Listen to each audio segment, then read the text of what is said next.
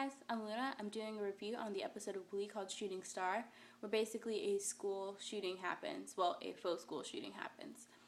I would first like to start off by saying that I made this video just because I saw a lot of responses, basically, of people throwing hissy fits about a faux school shooting happening on Glee. And a lot of it was coming from the news of the Newton families going, oh, this is so horrible, how can you put this on TV? And I understand why they would say that to a certain degree, because, you know, they're the victims' families of a school shooting. But it's interesting to note that that's the only one that's really raised any hissy fits about it.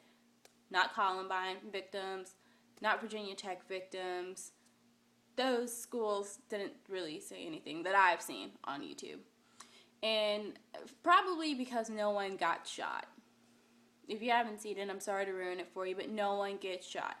However, I feel like the Newton families and families that also suffer from gun violence, or anyone that's ever been in a lockdown situation like myself, or other students or other victims of gun violence have seen this, know what that terror is like. There's no other episode, there's no documentary showing how people react in that kind of situation. There's no other TV show that's showing this kind of stuff that actually needs to be shown. The more we hide from kids and the more we hide from other people, the ignorance is not bliss when you're faced with that situation and you don't know the proper methods of dealing with it, and you don't really know what a normal reaction is, so you don't really feel crazy about it. But basically on the episode, 2 gunshots happen, pow pow, and lights get cut off, everyone kind of freaks out, and you see like that fear on people's faces, like, what was that? And the friends are out in the hallway, and you're lost. That's what happens in a lockdown. Like, they just shut the school down. They sound off whatever code they use at your school. They shut the lights off, and if you're in the hallway, you need to find a classroom. You can't go in the bathroom because bathrooms are just open areas, and then people are pulling you into classrooms. You don't really know what's going on. You might have a friend out in the hallway, and that's the real fear in that kind of situation. I was at a school when I was in high school that had a bomb threat, and we got put on lockdown. Like, the police, I guess, called the school, and the school rang out our code blue over the loudspeaker, and the lights went off. Like, I was in the hallway, so it was like, did the power go out or something? But I remember hearing, like, lockdown briefly because I was coming out of the bathroom, and it was like, oh my god, someone's in the school. And, like, I was terrified. I'm not even gonna lie, I'm not a very scary person. But, like, when you hear those words, like, your worst nightmare has come true. You are now in a school that you are probably not going to be let into a classroom. Like, you can't just knock on a door and someone's going to let you in because they've locked all the doors, the lights are off, things are barricaded against the door. It happens so fast. And so I'm walking, I'm trying to figure out what's going on, and I see other people in the hallway, and one of the librarians has her office open, and she's like calling the students in or whatever from the hallway. So we like run into there, and she like shuts off all the lights and she locks the door. And we don't hear anything for like hours. It's literally been hours. Like, people are making phone calls, calling their parents, and the news comes and all this other stuff.